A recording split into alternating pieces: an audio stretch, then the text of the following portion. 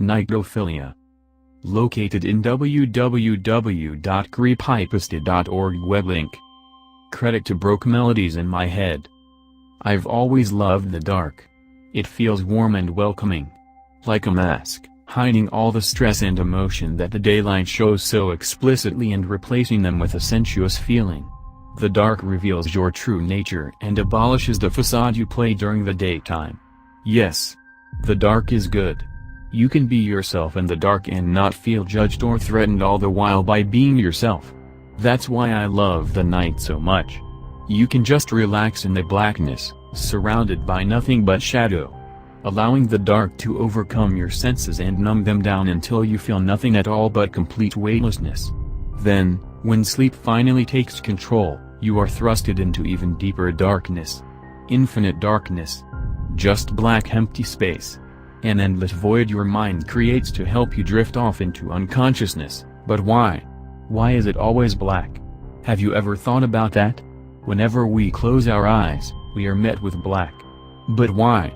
You don't notice it, do you? You don't think about it. It's just there. Like breathing, blinking. After a while your subconscious just accepts that when we close our eyes, we see darkness. Empty darkness. Why is it then that people are scared of the dark? An average human being will sleep for 229,961 hours of their lifetime. For 1/3 of their life, they will live in darkness. Complete and utter darkness. If we really were scared of the dark, why do we have the ability to close our eyes and sleep for so long? So long in the black oblivion. You see, I think no one is truly afraid of the dark. That's just an illusion.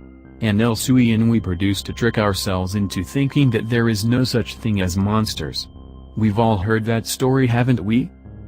About the night terrors that roam around in the night, claws raised, teeth bared, ready to attack the young, naive child as they sleep in their beds, unaware of their demonic presence because they can't see them. Don't lie to yourself, you were like that once. Sitting awake, clutching at the sheets as you stare at your ceiling or glancing around your room. Perhaps you had a night light. A holy crucifix of sorts that were used to ward off the monsters. To protect you. Well, I think, as you grow up, you begin to tell yourself that in all your childlike innocence, you were never scared of the evil that lurked in the shadows, you were simply afraid of the dark. That's what you believe. As you grow up, you tend to grow out of this fear and relish in the dark like I do. But this fear can remain with you in adulthood. In fact, it's one of the most common phobias, nyctophobia. Even as a fully matured adult, you still fear the emptiness. Or do you? You see, the statistics prove that we spend a long time sleeping. A long time in the dark. We never seem to mind, even if we are terribly scared of that darkness. But why? I think your subconscious is telling you that they are still there. A small part of you still holds strong on your childhood memories of being alone in the dark with the night terrors. But this time, you have no light to guard you. Obviously adults don't tend to own those little night lights anymore, do they? They say they don't need them anymore. They call it a silly childhood fear of the dark. They say there is no such thing as night terrors. But what do they know? If they lived long enough to mature into adulthood, they've probably never seen one. My opinion is that we all have nyctophilia. A general love for the dark that helps us sleep. Even those that claim they have a fear for the night. They love the dark. I love the dark. You really were never scared of the dark. It really was an illusion our minds created to reassure ourselves we are safe at night. To reassure us that there are no such things as night terrors. I love the dark. I always have. It feels homely. Warm and comforting. Like I've always been in the dark. It's fun being in the dark. Feeling free. Feeling safe. I know you like the dark too.